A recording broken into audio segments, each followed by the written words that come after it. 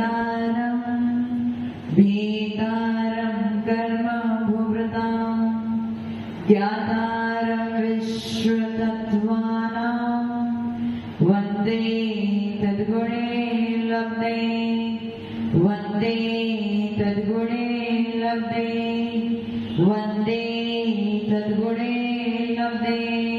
जुड़वाच परमेश्वर भगवान की देवादिदेवादिनाथ भगवान की अंतिम शासनपति महावीर स्वामी भगवान की परम पूज्य गुरुदेव श्री आदि सागर महावीर विमल सागर सतनी सागर जी महाराज की परम पूज्य गुरुदेव श्री सुंदर सागर जी महाराज की द्वादशाम जिनवाणी माता की।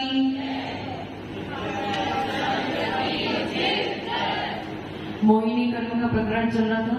मोहिनी के दो वे दर्शन मोहिनी और चारित्र मोहिनी। दर्शन मोहिनी में मिथ्यात्व कर्म की वजह से कौन सा गुणस्थान होता है? प्रथम गुणस्थान।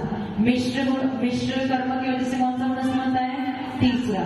अब सम्यक प्रकृति की वजह से कौन सा गुणस्थान होता है? ये कहना सही नहीं होगा, इसीलिए क्योंकि सम्यक दर्शन जो शुद्ध सम्यक दर्शन होता है उसमें सम्यक प्रकृति की जरूरत नहीं है। सम्यक प्रकृति आपको सम्यक दर्शन उत्पन्न कराने में कारण नहीं बन रही है। सम्यक प्रकृति क्या कर रही है? आपके सम्यक दर्शन को मलिन करने में सम्यक प्रकृति अपना कार्य कर रही है। यदि सम्यक प्रकृति सम्यक दर्शन को उत्पन्न कराने में कारण बनती तो आपके लिए पुण्य रूप होती, परंतु वो पुण्य रूप नहीं है, वो क्या है? पाप रूप है। उसका मतलब क्या हुआ? जो आपने अपने भावों को सही कर लिया है, जो आप अपनी मानता को सही कर लिया है, जो आपने अपनी श्रद्धा को सही कर लिया है, अब उसमें सम्यक प्रकृति क्या कर रही है? उदय में आके फल स्वरूप उस सम्यक दर्शन में मल उत्पन्न कर रही है। संतोष जी कैसे समझ में आएगा? 7 से 8 दिन के बाद पधारे तो समझ में तो कुछ भी। अरुणा जी, उषा जी 3 दिन के बाद, निर्मला आंटी 5 दिन के बाद, तो समझ में कैसे है? नहीं समझ में है। बिल्कुल ऊपर से बिल्कुल साफ सपाट हो जाएगा। समय प्रकृति क्या करती है? आपके समय दर्शन को मलिन करती है। किस प्रकार के मल उत्पन्न करती है? चल मल और अगाढ़ दोष को उत्पन्न करती है। अगाढ़ दोष किस प्रकार से होता है? शांतिनाथ क्या करते हैं? शांति देने वाले, उपसर्ग हरण करने वाले पांचनाथ भगवान, राहु से लड़ने वाले। ये जो आपकी जो मानता है वो सारी की सारी गलत है।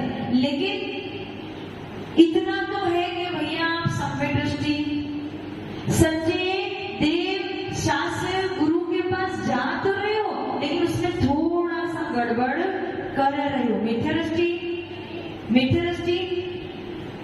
अच्छा, आपको कोई कह दे भैया तुम्हें शनि की तकलीफ है, तो एक कोई व्यक्ति कह रहा है कि कहाँ जाना? शनि देवता के पास। एक कह रहा है भैया कहाँ जाना? मुनि सूरतनाथ भगवान के पास जाना। क्यों जाना? मुनि सूरतनाथ भगवान शनि से लड़ते हैं, मतलब शनि यदि आपको परेशान करना तो कहाँ जाना? मुनि। तो दो व्यक्ति के बीच में जब कंपैरिजन होगा, एक जा रहा है शनि देवता के पास, एक जा रहा है मुनि सूरतनाथ भगवान, तो दोनों में अच्छा कौन है भैया? चलो तो मुनि सूरत एटलीस्ट सम्यक दृष्टि तो बने रहोगे। 6 आयतनों के पास तो जाने हो, 6 आयतन के पास। अब 6 आयतन के पास आ गए, जब आपकी श्रद्धा मजबूत हो गई, तो अब उस श्रद्धा में थोड़ा मल उत्पन्न कराने वाला कौन है? मैं ये नहीं कह रही हूँ कि शनि परेशान कर रहा है तो मुनि सूरतनाथ भगवान के पास जाना गलत है, मैं ये नहीं कह रही हूँ। एक अपेक्षा से सही है, एक अपेक्षा से शनि देव के पास जाओगे, अन्य कुदेवी कुदेवताओं के पास जाओगे, अन्य बाबाओं के पास जाओगे, उनकी अपेक्षा तो अच्छा नहीं है। मुनि सूरतनाथ भगवान का नमस्कार कर लो। 23 भगवान आपको याद नहीं आ रहे, कौन याद आ रहा है? केवल वो सही है, वो चलेगा। लेकिन जब हम शुद्ध सम्यक दर्शन की बात करते हैं तो उस अपेक्षा से केवल मुनि सूरतनाथ भगवान को अपना इष्ट बना के बैठना ये गलत हो जाएगा। आपको समझ में है? अपेक्षा से आपकी अपेक्षा अच्छे या बुरे लेकिन साधु की अपेक्षा हम सही, क्योंकि हमने परिग्रह धारण किया है, लेकिन आपके पास जितना परिग्रह है उतना परिग्रह हमारे पास, तो आपकी अपेक्षा हम अच्छे, लेकिन साधु की अपेक्षा हम अच्छे, साधु हमसे श्रेष्ठ, समझ में है ना? तो बस उसी अपेक्षा से कोई आपको कह दे भैया आपको ये तकलीफ है, उन बाबा के पास जाना, वो आपको सही कर देंगे। कौन से बाबा? पीर बाबा के पास चले जाना, वो आपको झाड़ा फूका करके सही कर देंगे। उनके पास जाना मतलब आपको ऊपरी बाधा होगी तो कहाँ जाना, वो आपको उनके पास भेजते हैं, बाबा के पास। वो क्या करते हैं? मोर पंख से करते ना, झाड़ा लगाते हैं, वो करते हैं। और कोई एक दूसरा व्यक्ति आपको कह रहा है भैया तू पदम पूरा चले जाना, पदम भगवान की पूजा करना, उनके पास जाना, उनकी आरती करना, तेरा भूत भाग जाएगा। तो यहाँ पे जब ऐसी बात होती है तो क्या विचार करना, क्या विचार? यहाँ जाना सर्वश्रेष्ठ है, एटलीस्ट आयतनों के पास तो है, हमारा सम्यक दर्शन भ्रष्ट तो सम्यक दर्शन छूट तो नहीं रहा है, लेकिन जब कोई शुद्ध सम्यक दृष्टि की बात करते हैं तो वो भले पदमपुरा के पद्म प्रभु भगवान हो या फिर जूना मंदिर के आदिनाथ भगवान हो, सब एक समान है। अब शक्ति अपनी श्रद्धा में है, यदि आपकी श्रद्धा मजबूत है तो चमत्कार अवश्य होगा ही होगा, भले वो जूना मंदिर के शांतिनाथ भगवान हो, आदिनाथ भगवान हो, या चंद्र भगवान के चंद्र भगवान हो, यहाँ पे चैतन्य में विराजमान महावीर स्वामी भगवान हो। बस चमत्कार कहाँ पे है? आपकी श्रद्धा में। समझ में आया ना? तो उनकी अपेक्षा तो वो अच्छे जो एक ही भगवान के पास भले जा तो रहे सत्य देव शास्त्र गुरु के पास, लेकिन जब शुद्ध सम्यक दृष्टि की बात करते हैं तो सम्यक प्रकृति भी आपके सम्यक दर्शन को मलिन कर रही है। ये अगाध दोष क्या हो गया? शांति देने वाले शांतिनाथ भगवान, शनि को शांत करने वाले मुनीश्वर, ये सब आपकी अगाध दोष हो गए। मल दोष में क्या बताया था मैंने? मंदिर जो आपने मंदिर बनाए बस वही हमारे लिए इष्ट है। भाव कहाँ पे उत्पन्न होते हैं? भाव कहाँ पे उत्पन्न होते हैं? उस मंदिर में जाके भाव, बाकी अन्य मंदिर में चले जाओगे तो आपके भाव नहीं होते। तो ये सब क्या हो गया? आपका मल दोष हो गया। उसके बाद चल दोष। चल दोष में मैंने आपको कल दो बताया था। सम्यक दर्शन जो भी जीव उत्पन्न करता है उसके पास 8 गुण उत्पन्न होते हैं। कितने? 8 गुण। निशंकित, निकांक्षित, निर्विचिकित्सा, अमोघ दृष्टि, उपगुहन, स्थितिकरण, वात्सल्य, प्रभावना। आपको अभी समझ में नहीं आएगा, लेकिन मल दोष क्या होगा? इसके उल्टे जो है वो आप मल स्वरूप अपने सम्यक दर्शन में लगाते हो। निशंकित का उल्टा क्या होता है? शंका करना। क्या करना? शंका करना। नहीं, निशंकित का उल्टा शंका करना। निशंकित तो बिल्कुल अच्छा, मतलब वो 8 गुण है शुद्ध सम्यक दृष्टि के, लेकिन यदि आप थोड़ी सी भी शंका करते हो तो आप मल दोष उत्पन्न कर रहे हो। किसमें? आपके सम्यक। और ये मल दोष उत्पन्न कौन करा रहा है? कौन सी प्रकृति करा रहा है? सम्यक प्रकृति मल दोष उत्पन्न करा रही है। कैसी शंका करना? जा तो रहे हैं मंदिर, लेकिन काम पूरा होगा कि नहीं होगा? मेरी जो पीड़ा है वो खत्म होगी कि नहीं होगी? विधान कर तो रहे हैं, लेकिन कुछ होगा कि नहीं होगा? ये सब क्या हो रहा है? आपको शंका हो रही। शंका क्यों करना? जब आप देवादी देव के पास जा रहे हो जो 3 लोग के नाथ है, उनके चरणों में जाके भी शंका करोगे तो आप निशंकित कहाँ पे होंगे? गुरु को नारियल चढ़ा तो रहे हैं, लेकिन परीक्षा में पास होंगे कि नहीं होंगे? ये सब क्या है? छोटी मोटी शंकाएं उत्पन्न हो रही है। यहाँ पे सच्चे देव, सच्चे शास्त्र और सच्चे गुरु के चरणों में आके तो आपको बिल्कुल निशंकित हो जाना चाहिए, अपना जीवन समर्पित कर देना चाहिए कि जो होगा देखा जाए। तो इसको निशंकित गुण कहते हैं। और इसके अगेंस्ट में जो आप शंका करते हो, ये शंका कराने वाले कौन है आपसे? सम्यक। आपको सच्चे देव शास्त्र गुरु की राह से अलग नहीं करना है, परंतु सच्चे देव शास्त्र गुरु के पास जाते हुए भी छोटी छोटी शंकाएं। महाराज जी 10 दर्शन पर्व में यहाँ पे पूजन तो करेंगे, लेकिन लोग बैठेंगे कि नहीं बैठेंगे?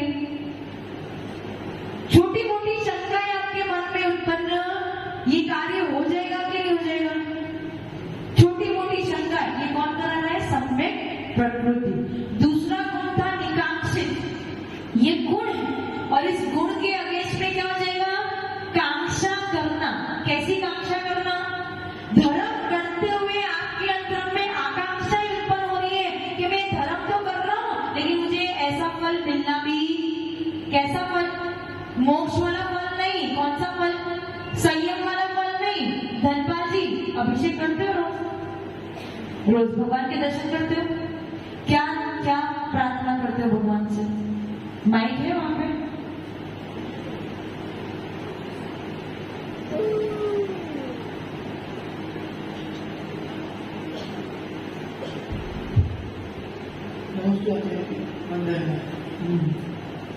प्रार्थना तो दिन व्यवस्थित तरीके से निकल जाए माता जी किसी के प्रति, क्योंकि विशेष करके मेरा कार्य क्षेत्र जो है वहाँ कहीं न कहीं स्टूडेंट से संपर्क करना पड़ता है, तो किसी प्रकार का कहीं कोई कुछ किसी को कुछ कहना नहीं पड़े, सभी चीजें व्यवस्थित तरीके से। बस इतनी प्रार्थना मैं प्रार्थना यही होती है, अपने भावों को अच्छा रखना, बस और कुछ नहीं। उनसे ये प्रार्थना नहीं करते हो कि आप जिस मार्ग पे आगे गए हो, आपने जिस प्रकार से लक्ष्य को प्राप्त किया है उसी प्रकार से मैं भी लक्ष्य को प्राप्त करूं। आपने जो रत्नत्रय को धारण किया है उसी प्रकार से मैं भी रत्नत्रय को धारण करूं। आपने जिस प्रकार से संयम का पालन किया है, आपने जिस प्रकार से साधना का मार्ग अपना है उसी प्रकार से मैं भी संयम का पालन करूं, मैं भी साधना के मार्ग पे आगे बढ़ूं। ऐसा कभी प्रार्थना?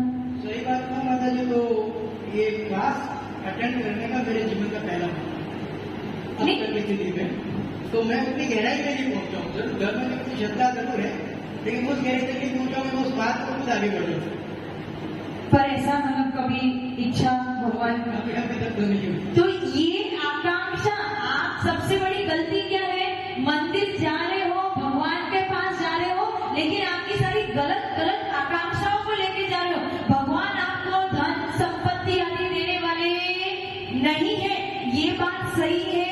भगवान की भक्ति करोगे, सच्चे देव शास्त्र गुरु की भक्ति करोगे, आपकी विशुद्धि बढ़ेगी, पुण्य का संचय होगा और धन संपत्ति बिना मांगे अपने आप मिल जाएगी। लेकिन भगवान के दरबार में जाके धन संपत्ति मांगना ये सबसे तुच्छ काम है। क्या है? आचार्य भगवान गुणभद्र स्वामी अपने आत्मानुशासन में कहते हैं कि जो किसान होता है वो गेहूं को मतलब बीज बोता है, तो गेहूं को लक्ष्य लेके बोता है या उसकी जो एक्स्ट्रा जो घास वगैरह मिलती है उसको लक्ष्य लेके बोता है गेहूं को। और आप लोग क्या कर रहे हो? गेहूं तो आपका साइड में है, आपका लक्ष्य केवल घास की तरफ है। अरे गेहूं की तरफ लक्ष्य रखो तो घास तो अपने आप मिल जाएगी। समझ में आ रहा है कि नहीं आ रहा है? बड़े बड़े पद को प्राप्त करने के लिए घास की तरफ लक्ष्य रखोगे तो बड़े पद प्राप्त होने वाले हैं, वही छोटी मोटी घास मिल जाएगी।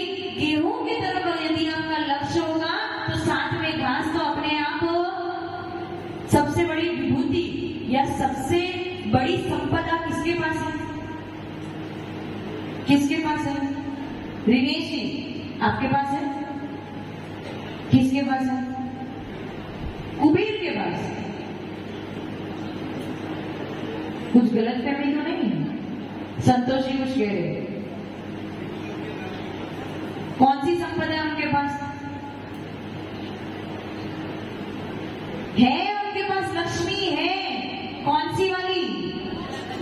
नहीं, मोक्ष तो जाने तो आपको मोक्ष का मतलब नहीं, आपको पैसे से मतलब है, उसी की बात कर रही हूँ। सबसे बड़ी लक्ष्मी, सबसे ज्यादा लक्ष्मी यदि किसी के पास इस दुनिया में है तो वो है तीन लोक के नाथ अरिहंत प्रभु तीर्थंकर भगवान के पास सबसे ज्यादा लक्ष्मी है।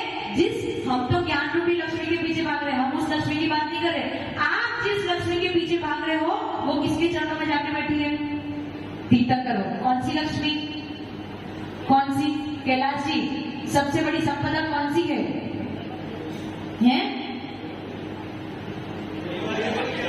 मैंने बोला ना ज्ञान से तो आपको मतलब नहीं, आपको इससे मतलब है। मैं उसकी बात कर रही हूँ। कौन सी लक्ष्मी उनके पास बैठी है? केवल मैं लक्ष्मी तो साइड में है, उनसे आपको कोई तात्पर्य नहीं। अमित जी समोशरण रूपी लक्ष्मी, 8 भूमि, 12 सभा, 3 गति के जीव सब आके भगवान के चरणों में बैठे हैं। नील रतन पे वो समोशन बनता है, इतना बड़ा भारी समोशन, और जितनी दुनिया की जितनी संपदा है वो सब उस समोशन में होती है। यदि उस समोशन में देखो तो आपकी आंखें खुली की खुली रह जाएगी। ऐसी धन रूपी लक्ष्मी की किसके पास जाके बैठी है? आप उस लक्ष्मी के पीछे भाग रहे हो, और प्रभु उस लक्ष्मी को, तो लक्ष्मी किसके पीछे भाग रही है? उनके पीछे। समझ में नहीं है? तो ये आप लोग क्या करते हो? आकांक्षा लेके जाते हो, और ये जो आकांक्षा लेके जाते हो कहाँ पे? इतना तुच्छ दर नहीं है जहाँ पे आपको वो लक्ष्मी वाली आपकी जो इच्छा है, मैं इस लोक में ये बन जाऊं, परलोक में ये बन जाऊं, मैंने जो आज तपस्या की है, मैंने जो उपवास किया है, उसका मुझे इस प्रकार का फल मिले। अरे क्या आप उपवास किसके लिए कर रहे हो? किसके लिए कर रहे हो? अपनी आत्मा की विशुद्धि के लिए, अपनी आत्मा की शुद्धि के लिए। यदि आपकी आत्मा की विशुद्धि बढ़ गई ना, तो किसी के पास कोई दुकान में भी बैठने की जरूरत नहीं। चक्रवर्ती कोई दुकान पे जाता नहीं है, परंतु फिर भी 6 खंड का राजा बन के, सौदर मित्र कोई दुकान पे नहीं जाता, लेकिन पूरे मध्य लोक का राजा बन के बैठा है। समझ में आ रहा है मैं क्या कह रही हूँ? भगवान कोई दुकान पे नहीं जाते, केवल अपनी आत्मा में लीन हो जाते हैं और 3 लोग के नाम बन के बैठ गए। समझ में? तो आकांक्षा नहीं रखनी है, धर्म कार्य करो, लेकिन धर्म कार्य करते हुए संसार की आकांक्षा, भोग उपभोग की आकांक्षा नहीं करनी है। पुत्र की प्राप्ति हो जाए, पुत्री की प्राप्ति हो जाए, मेरी फैक्ट्री बन जाए, काम सफल हो जाए, अच्छा बड़ा 3 मंजिल का घर बन जाए, रिनेश जी। समझ में आ रहा है? ये सब आपकी गलत आकांक्षाएं हैं। आकांक्षाएं ठीक है, आप संसारी जीव हो, इच्छाएं उत्पन्न होती है, मैं समझ सकती हूँ, लेकिन इन इच्छाओं को लेकर भगवान के दर पे, समझ में आ गया ना? लेकिन यदि आपके अंतरंग में लोभ कषाय की तीव्रता बढ़ रही है और आपके मन में हो रहा है किसी भी प्रकार से मेरा कार्य होना चाहिए, भले इस दर से ना हो तो उस दर से हो जाए, तो उस समय क्या करना? भैया इसी दर पे आ जाए, कोई बात नहीं, चलेगा। समय हाथ जोड़ लेना, भीख मांग लेना, लेकिन उस दर पे मैंने क्या बोला? आकांक्षा करना गलत है। लेकिन यदि आपको लग रहा है कि आपकी आकांक्षा इतनी बढ़ गई है, आपकी लोभ इतना बढ़ गया है कि आप किसी भी दर पे जाने को तैयार हो, परंतु आपका काम पूरा होना चाहिए, तो उस समय कहाँ पे आ जाना? कहाँ पे?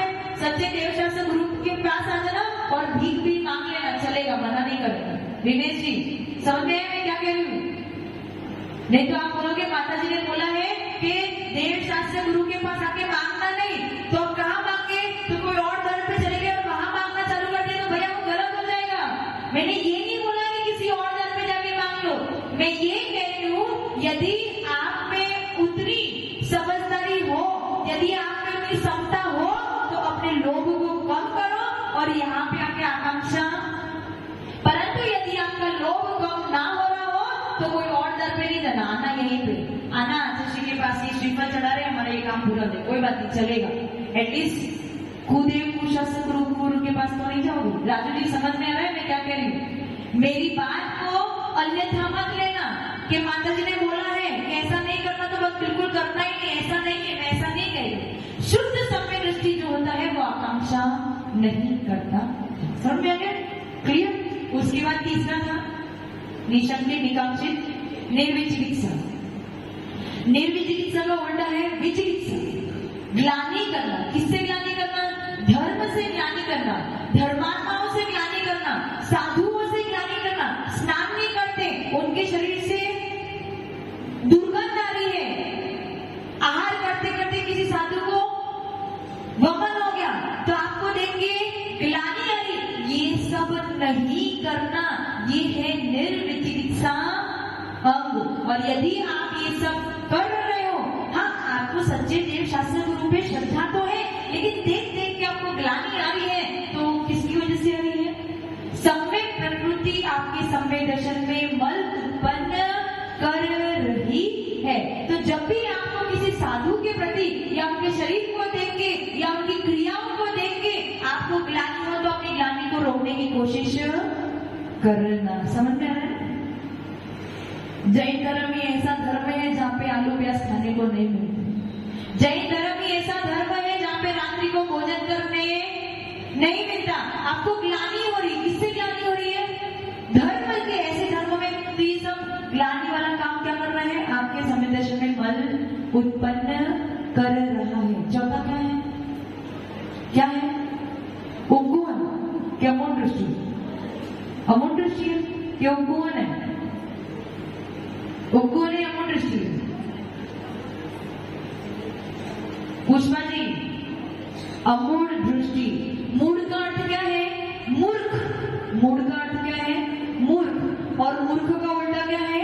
अमूर्ख, यानी जो मूर्ख नहीं है, यानी अमूढ़ दृष्टि। अमूढ़ दृष्टि, मूर्खता नहीं करना। कैसी मूर्खता करते हो आप लोग? कैसी मूर्खता करते हो? रेवती रानी को क्या हो गया था? रेवती रानी को किसने बोल दिया था कि बाहर समोसरण लगा है, गांव में समोसरण लगा है, तीर्थंकर भगवान आए हैं, तुम भी चलो दर्शन करने। उसने क्या बोल दिया? तीर्थंकर तो 24 ही होते हैं, 25वें तीर्थंकर किसने बताया? 24 ही होते तीर्थंकर, किसने बताया? तीर्थंकर भगवान की दिव्य देशना में ये निकला है कि भरत क्षेत्र और ऐरावत क्षेत्र में तो पूरे काल में 24 तीर्थंकर ही होंगे। इसलिए तुम सब मूर्ख हो जो उनकी बात सुन के, ये तो कोई देवकृत अतिशय है, किसी ने कुछ गलत कार्य यहाँ पे किया है, इसीलिए आप सब उनके वशीभूत होके वहां पे जा रहे हो। लेकिन 25वें तीर्थंकर मूर्खता नहीं करना, अपने आप को अमूढ़ बना के रखना, ये हो गया अमूढ़ दृष्टि। कहां पहुंच गया चंद्रायन? कहां पहुंच गया? कहां पहुंच गया? मूर्खता है। यदि आप विश्वास करते तो क्या है? मूर्खता, क्योंकि वो वहां नहीं जा सकता, ये हमें पता है कि वो वहां, समझ लेंगे? ये अमूढ़ दृष्टि। उसके बाद क्या है? उपगुहन। उपगुहन यानी छुपाना। क्या छुपाना? गलतियों को छुपाना। किसकी गलतियों को छुपाना? पापियों की गलतियों को नहीं छुपाना। किसकी गलतियों को छुपाना? धर्मात्मा यदि कोई गलती कर बैठे, धर्म कार्य करते हुए यदि किसी व्यक्ति से गलती हो जाए तो उसको शांति से समझाना, उसका प्रचार प्रसार। बच्चे आए हैं अभिषेक करने, पहली बार ही बच्चे अभिषेक करने आए और कोई बूढ़ा व्यक्ति है, उनकी आदत होती है, क्या आदत होती है? जोर से चिल्ला देते हैं। बच्चे क्या करेंगे? मायूस हो जाएंगे। दूसरे दिन से अभिषेक करना क्या हो जाएगा? रिनेश जी, डांटते हो किसी को? आप करते हो धर्म कार्य, अभिषेक करने जाते हो, किसकी दृष्टि हो? भगवान की दृष्टि हो ना। संतोष जी तो जाते हैं अभिषेक करने, जाते हो कि नहीं जाते हैं? संतोष जी जाते हैं। राजू जी आप जाते हो? नहीं जाते अभिषेक करने, रोज नहीं जाते हो, तो फिर दृष्टि कहां से बन गए?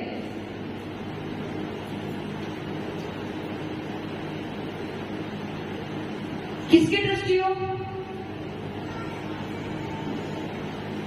यदि हमारे दैनिक जीवन में यदि एक बार आप भगवान का अभिषेक भी नहीं कर सकते हो तो इससे बड़ा पाप और कोई भी।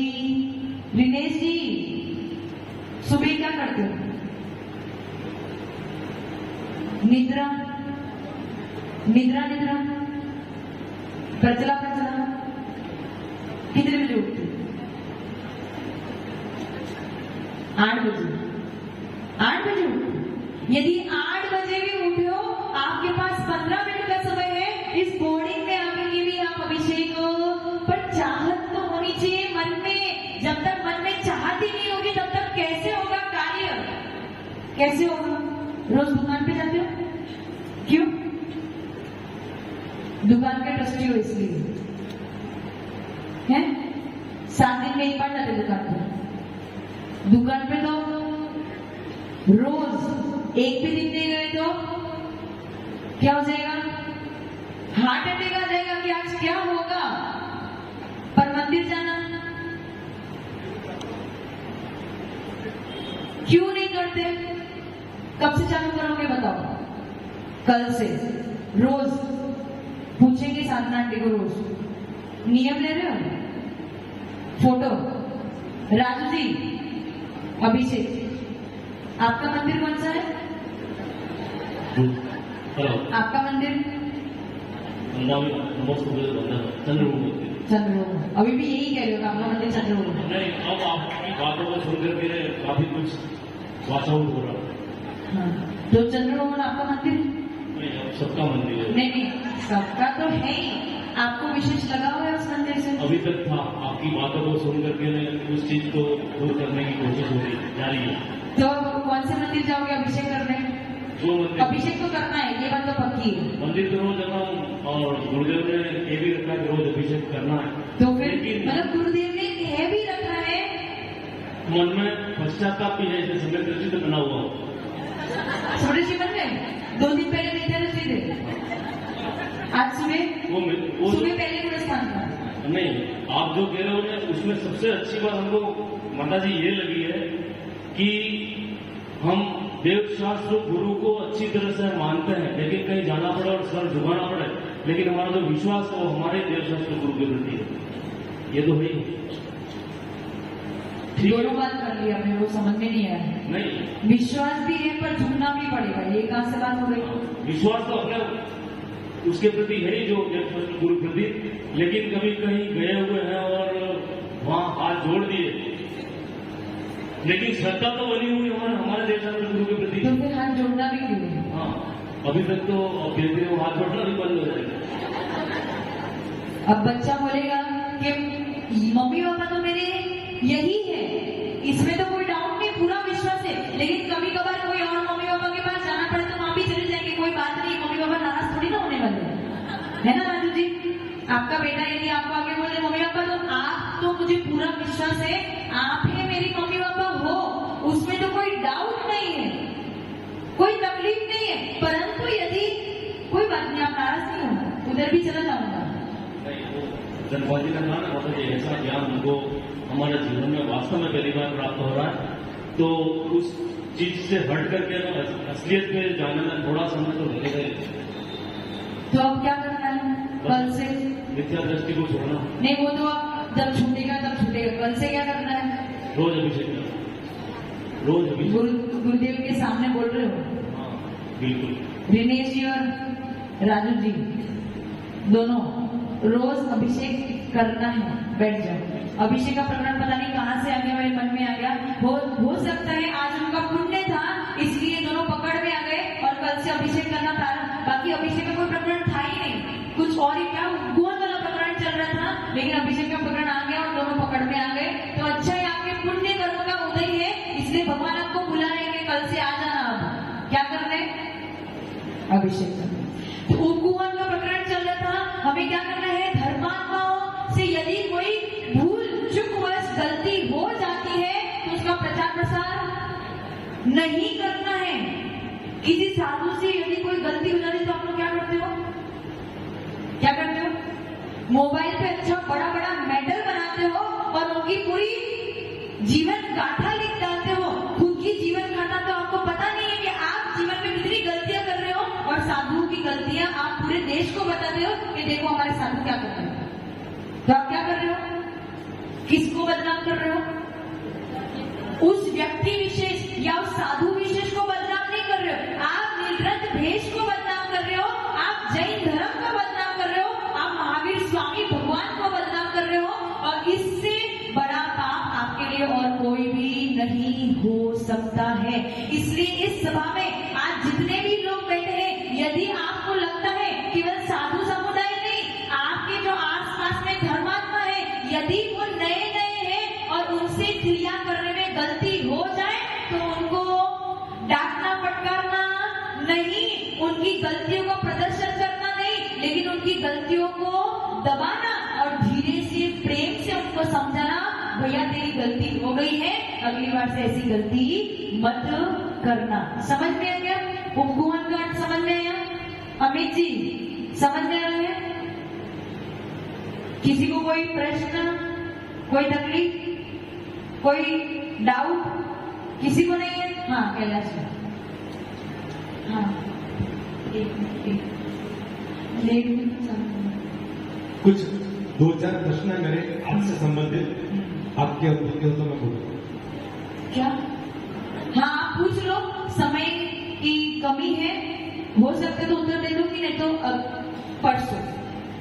प्रश्न ये है कि आपने जैसे कहा शनिवार शनि की जैसे समस्या है, तो आप मुनि सूरतनाथ भगवान के उनको मतलब आपने आराध्य बढ़े हैं भगवान को, यहाँ के आदिनाथ भगवान है वो भी उतने ही पावरफुल। तो ये सब सिखाया किसने आपको? किसने सिखाया? इन किताबों में मुनि कौन सी किताब में? पूजन की किताबों में। पूजन की किताब किसने लिखी? हाँ हाँ, मुनि राजों के द्वारा लिखी हुई है। अच्छा। उनके जो ये बोलते हैं कि 40 अब जैसे मान लो पद्म प्रभु भगवान के वहां गए, तो पद्म प्रभु भगवान के 40 में कई साधुओं ने लिखा हुआ है कि उसमें वहां पर जो है इस तरह से होता है। नंबर 2, फिर आपने कहा कि जैसे निर्वी चिकित्सा अंग जो है, अभी चौके में 2 साधु आहार कर रहे हैं, तो एक साधु का आहार हो गया, तो जब वो कुल्ला करते हैं तो या तो मुंह फेर लेते हैं या दूसरों को कहते हैं खड़े हो जाओ। तो क्या दूसरा साधु का सम्यक गुण इतना कमजोर है कि उसको उससे ग्लानि आ जाएगी? चौथा प्रश्न ये है कि अभी जो चंद्रमा पर जो लैंडिंग हुई है, तो आचार्य कनकंदी जी महाराज, अभी मैंने अखबार में शायद इसमें मैंने पढ़ा था या मोबाइल पर पढ़ा था मैंने, कि उसको उन्होंने बधाई दी है चंद्रमा पर पहुंचने की।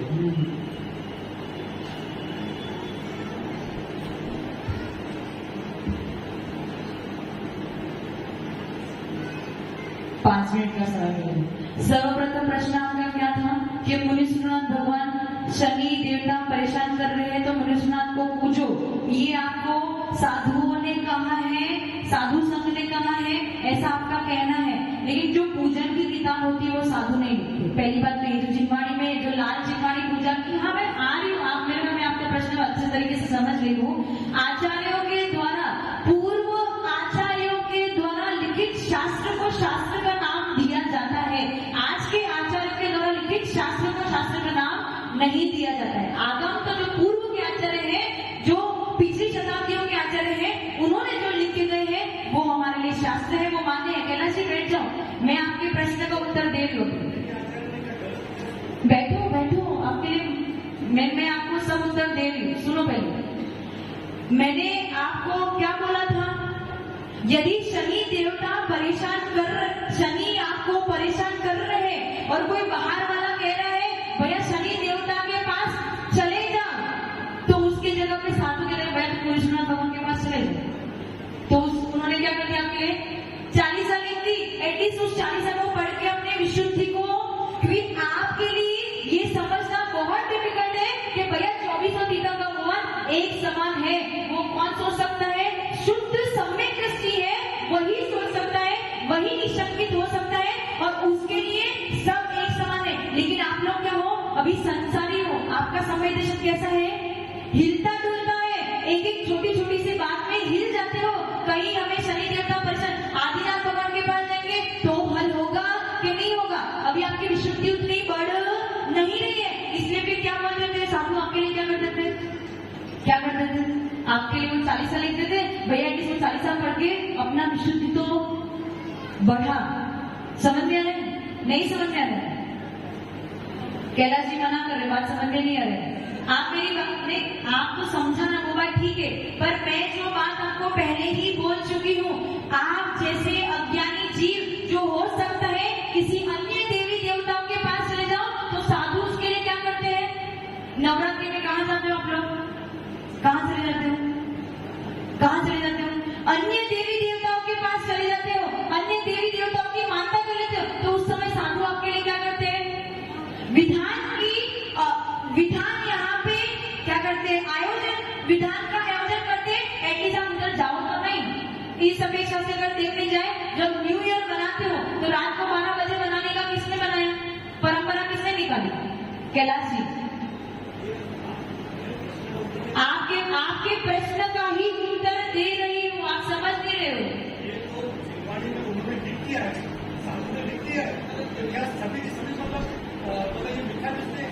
मैंने बोला देखो, मिथ्या दृष्टि की बात नहीं हुई, सम्यक दृष्टि हो, परंतु सम्यक प्रकृति आपके सम्यक दृष्टि को चलायमान कर रही है। आप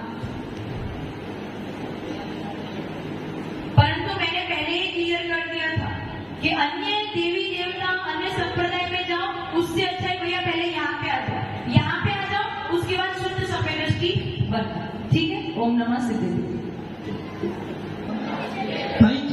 भगवान की एक आदिनाथ भगवान की अंतिम संकल्पति भगवान महावीर स्वामी की आचार्य गुरुदेव सरस्वती सागर जी महाराज की ठीक में 9 करोड़ मणि रजों की चर्चा आपकी चल रही है मोहिनी करम की, और मोहिनी करम की चर्चा चलते चलते चलते आपकी बात आ गई है सम्यक प्रकृति पर। और सम्यक प्रकृति क्या करती है? जल मल आकार दोष लगाती है। जिस प्रकृति के उदय पर जीव के सम्यक दर्शन में दोष लगता है उसे कहते हैं सम्यक प्रकृति। और ये निश्चित है कि सम्यक प्रकृति का उदय भी 4 से 7वें गुरुस्थान में पाया जाता है। किंतु ये सम्यक प्रकृति करती क्या है? आपकी श्रद्धा में दोष लगा रही है। कैसे दोष लगा रही थी? ये मंदिर अर्घ्य मंदिर तेरा है, जैसे राजू ने बोला चंद्रपुर मंदिर किसका? मेरा ही है। और गुना मंदिर किसका है? तुम्हारा। मतलब कि मंदिर भी श्रावों के होते हैं, तो कल से मंदिरों के ऊपर उनकी मूर्ति विराजमान। यही सम्यक प्रकृति जल मल को लगाती है। आचार्य समर्थ स्वामी ने लिखा है हमारे 6 आयतन होते हैं। कितने आयतन? 6। सच्चे देव, सच्चे शास्त्र, सच्चे गुरु और इन तीनों को मानने वाले उनके भक्त। 6 आयतन। चर्चा कर रही थी आपकी। माता जी ने बोला आदि किसी को सभी परेशान करना है और आप ज्योतिष के पास में गए। ज्योतिष ने बोला भाई तेरी शनि की दशा बहुत खराब है, तुझे क्या करना? शनि की पूजा करनी पड़ेगी। कल से कहा जाना शनि देवता के पास जाना, उनकी पूजा करना। वो सरावत जैन था, वो मुनि महाराज के पास में गया। महाराज जी कल से मुझे वहां जाना है, ऐसा सब बताया। तो आचार्य ने क्या कर दिया? भैया यदि वहां जाएगा तो क्या होगा? प्योर गणित मिथ्या। तो कौन सा मिथ्या? गणित मिथ्या, क्योंकि अन्य देवी देवताओं को पूजना गणित मिथ्या है। महाराज ने कहा अभी एक काम कर, जा तुझे सभी की बात आएगा मुनीश्वर बद्रनाथ स्वामी की पूजा कर ले। इससे क्या हुआ? तेरा कष्ट दूर हो जाएगा। तो मुनि राज ने क्या करा? तुम्हें गणित मिथ्या से बचाया। किससे बचाया? आपको गणित मिथ्या से बचाया।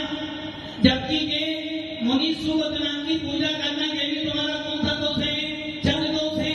सम्यक प्रकृति तुम्हें दोष दबा रही है कि तुम्हारा सम्यक दर्शन कैसा हो रहा है? अभी तुम्हें यही नहीं पता कि तुम सम्यक दृष्टि हो या नहीं। तुम कहाँ जा रहे हो? कहाँ जा रहे हो? अन्य देवी देवताओं के पास। और जब अन्य देवी देवताओं के पास जा रहे हो तो तुम्हारा कौन सा मिथ्या? गणित मिथ्या। उस मुनि ने तुम्हें उस मिथ्या से हटाकर कहाँ लगा दिया? कम से कम ये व्यक्ति जैन है, कम से कम इसी बहाने नीले देव की भक्ति करेगा तो गणित मिथ्या से बचेगा।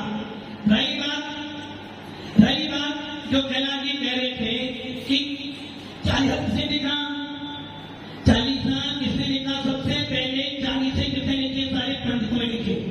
मुनि राजों ने तो अभी लिखना शुरू करा जब उन्होंने देखा कि पंडित अपनी बात चलाना है तो कम से कम उन पंडितों की बातों को हम थोड़ा सा सपोर्ट करके दिखाएंगे कि हाँ हमारा विद्वान कम से कम ये गणित मिथ्या से बचाना है।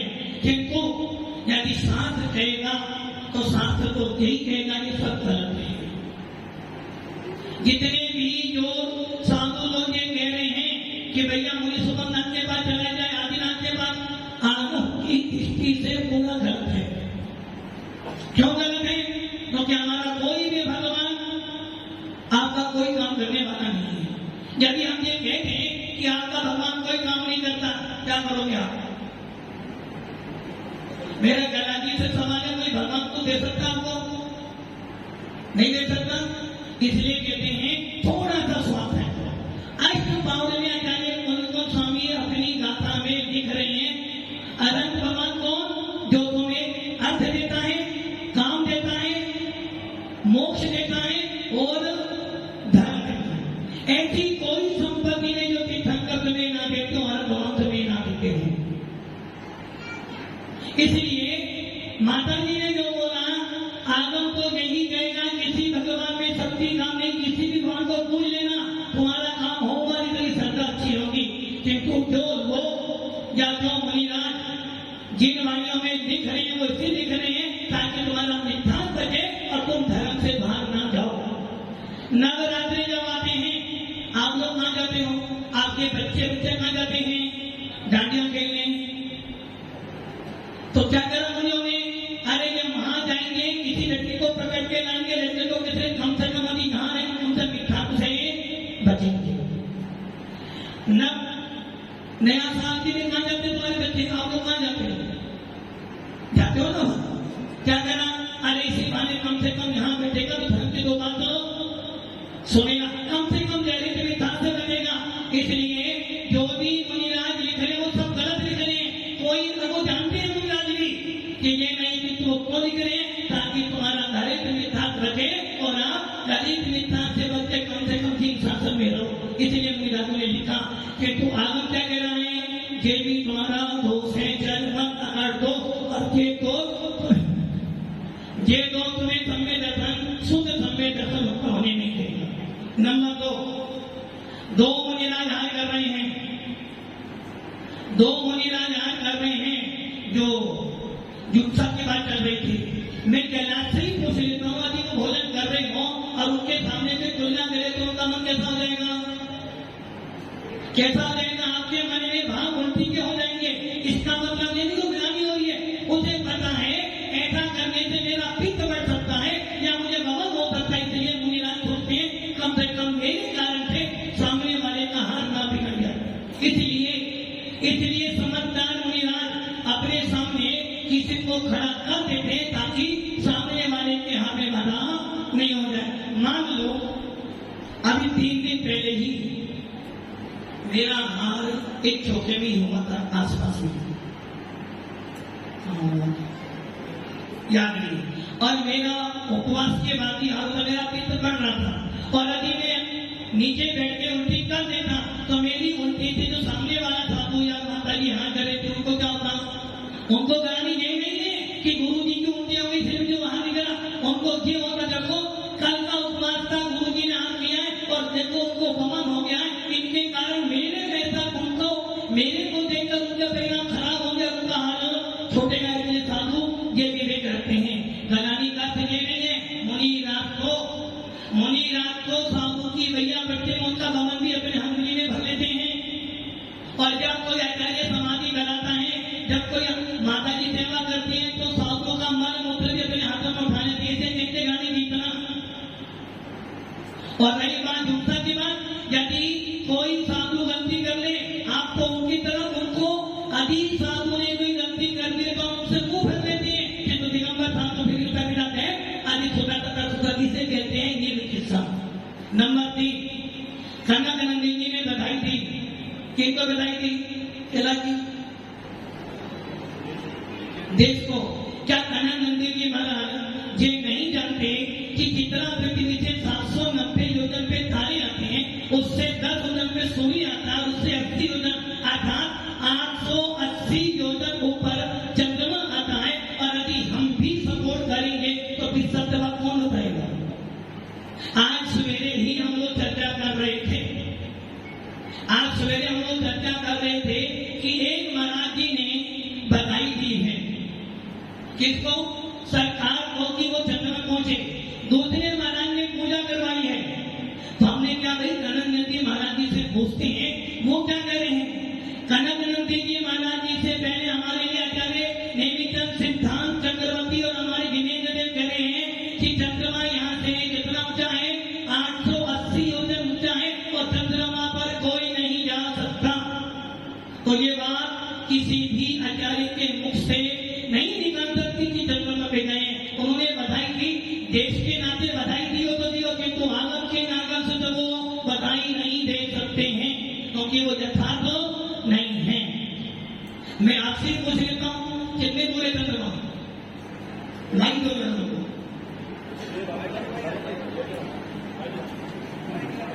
बार बार माइक वहां क्यों भेजते हो? उंगली कहाँ को उठाए?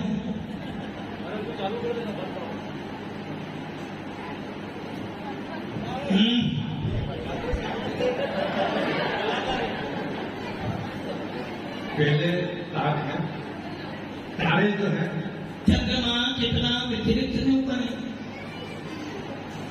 वो 10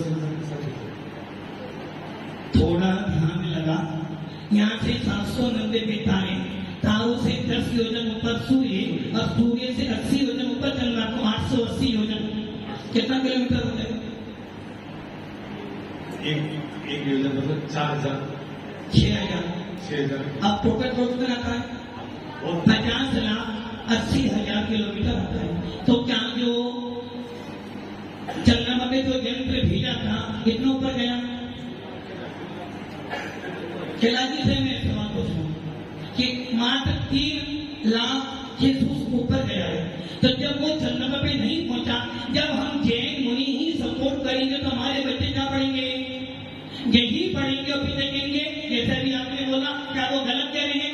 जब मैंने जो आगम में लिखा मैंने आपको पढ़ाया, आपने क्या कह दिया कि वो गलत कह रहे हैं? जब हमारा आगम स्पष्ट रूप से मना कर रहा है तो सपोर्ट कैसे कर रहे हैं? अब यही बात क्या हुआ? वो मना कि ने हाँ कर दीजिए, मना कि ना कर रहे हैं, तो सत्य कौन है? वो वाले महाराज सत्य हैं, ये वाले महाराज।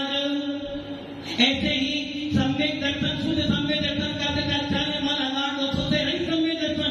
और ये निश्चित है, कितने भी आप लोग बैठे हो, आपके पास कौन सा सम्यक दर्शन होगा तो छोड़ सभी। अब वो क्या करेगा? चल मन दोष आधार दोष लगाएगा। मोनी सो अपना आप लोग जब लाल मंदिर कभी गए दिल्ली में, बैठ जाओ, लाल मंदिर गए? लाल मंदिर में क्या होता है? अधिकतर लोग जिनको समझ निकाल जाते हैं, देवी के पास ही पूजा करने बैठ जाते हैं। अब मुझे बताओ सही गलत है? एकदम गलत। किंतु उन लोगों के लिए सही है जो मिथ्यात्व में पड़े हुए हैं, जो लोग अन्य मंदिरों में जाकर देवी देवता को पूजन, उनके लिए हमारा पद्मावती क्षेत्रवाली जो हमारे जिन शासन देवी देवता उनके पास जाता, कम से कम उनके निमित्त से कम घरे की मिथ्या से तो बचेगा। इसलिए मुनियों ने कहा भैया कोई बात नहीं, तो भोगी है, जा देवी देवता के पास, तो किनके पास? जो जिन्हें देव की सेवा करते हैं उनके पास जा, उनके पास जाएगा, कम से कम घरे की मिथ्या से बचेगा। इसलिए मुनियों ने तुम्हें रास्ता दिखाया। क्या रास्ता दिखाया? कि भैया मिथ्या से बच, घरे की मिथ्या से बच, कम से कम यहाँ को जा। अब मैं आपसे पूछता हूँ, अभी क्लास आपके ना हो गया, कहाँ होते अभी तक? कोई मोबाइल पे लगा होता, कोई टीवी पे देखता, कोई बाहर घूमता। तो आपने क्या करा? हम लोगों ने तुम्हें उस पाप की क्रियाओं से बचाकर यहाँ क्यों लगा? कम से कम यदि यहाँ बैठेगा, ना जाने कौन सा पाप तेरे मन में लग जाए, फिर सम्यक दर्शन की प्राप्ति हो जाए। और दो का सवाल कौन सा? ये सवाल काफी है। पहला हो गया, हाँ आप सुन लो, आपके यहाँ योगेंद्र साहब चतुर्मास करने आए थे और एक कल्याण सागर मुनिराज हुए हैं जिनकी समाधि भाई भारतनाथ में हुई। रात में 12 बजे उनका नियम था कि 12 बजे पीछे लगती थी और उनकी पीछे से काम भी नौकरी को नियंत्रण सिद्ध था। और रात में 12 बजे जब वो एटा गए थे, रात में 12 बजे नहीं लगती थी 3 किलोमीटर की। जैन हो, अजैन हो, मुसलमान हो, सरदार हो, कोई भी तो करते थे, जब उसकी पीछे रहते थे उनके काम भी होते थे। और योगेंद्र स्वामी जी तुम्हारे यहाँ पे चतुर्मास करते गए हैं, क्या करा उन्होंने? उनके आरती में आदिवासी भी आता था, ब्राह्मण भी सब आते थे। अरे कम से कम वो यदि इधर आते हैं तो कम से कम उनका मिथ्या बचेगा। तुम वहां जाओगे तुम्हारा मिथ्या बढ़ेगा। इसलिए योगेंद्र स्वामी ने काम करा। अंत क्या हुआ आप सब जानते हैं। इसलिए हमारे ऐसे लिखा है, भूत प्रेत मानना साधुओं का काम नहीं है। भगवती आराधना मूलाचार स्पष्ट कहता है, जो ये काम करता बनकर मर कर क्या बोलोगे? दुर्गति में जाओगे। किंतु साधु कृपा करता तुम लोग तुम मिथ्या में जाओगे। यदि मेरे थोड़े समय देने से यदि तुम मिथ्या से बचता है तो मेरी साधना सार्थक हो जाए। इसलिए मुनियों को रास्ता निकालना पड़ा। मुनियों को जरूरत नहीं तो बुलाकर पढ़ाने।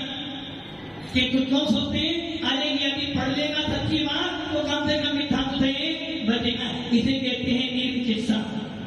इसलिए मुनियों ने तो हमेशा उपकार किया है और जब जब भी उंगलियां उठी है मुनियों पर ही। यदि मान लो मैंने एक दिन उदाहरण दिया था और आज भी दे रहा हूं। एक मुनिराज दृष्टिमध्ये एक मुनिराज सातवाड़ा आ रहे हैं। नमस्कार करोगे मुनि को? उषा जी नमस्कार करोगे? उषा जी मुनिराज का नमस्कार करोगे? किंतु मुनिराज ने कंधे पर जाल है मछली का, उसमें मछली पड़ी मरी हुई, नमस्कार करोगे? चलो जी उषा जी नमस्कार करोगे? क्यों नहीं करोगे? साधु तो निर्गंधी है ना, पीछे कमंडल हाथ में और साथ में एक कारिका भी है जो पेट से है। बताओ नमस्कार करोगे? हाथ कराओगे? और कि आप शुद्ध सम्य दृष्टि हो। किंतु राजा सैनिक छाई सम्य दृष्टि होने के बाद भी जब उनके नगर में ऐसे मुनिराज आए, दौड़ा दौड़ा गया, उनको नमस्कार करो, अपने महल में ले गया, हाथ करवाया, हाथ के बाद बोला महाराज ये शोभनीय काम। अब बताओ आप सब में दृष्टि है वो राजा सैनिक से दृष्टि, मतलब कि आपने जाना थी मुनि की कमी थे कि सीधा दांत पर चला दिया। क्या करा आपने? सुंदर सागर गलत हो मान लेंगे, किंतु आपने वो बांट पर चला के क्या कर दिया? सारे मुनि किसकी ना कटी? किसकी? तुम्हारी। देखो तुम्हारे महाराज ऐसे होते हैं और तुम क्या लिखते? गलती महाराज ने ये लिखी थी, समझाते प्यार से, और आप तो महाराज नहीं मानते। अरे भव्य आत्माओं, 22 सैन मुनि राज ने 12 साल तक संभाला था एक मुनि को। कितने साल? कितने साल? और आपको एक दिन में मुनि गलती करके तो सीधा सीधा सीधा कपड़े वो कोई कपड़े पहनाना तो आता है, किंतु कभी मुनि को सुधारना। यदि महाराज छोटे में कुछ बोल दे तो चिल्लाते हो, इसे नहीं कहते सम्यक दर्शन। सम्यक दर्शन को इसे कहते हैं उस वाणी संगे 12 साल तक। कितने साल जी? और कौन सी बात पर? कि उस मुनि राज को अपनी पत्नी के प्रति, किसके प्रति?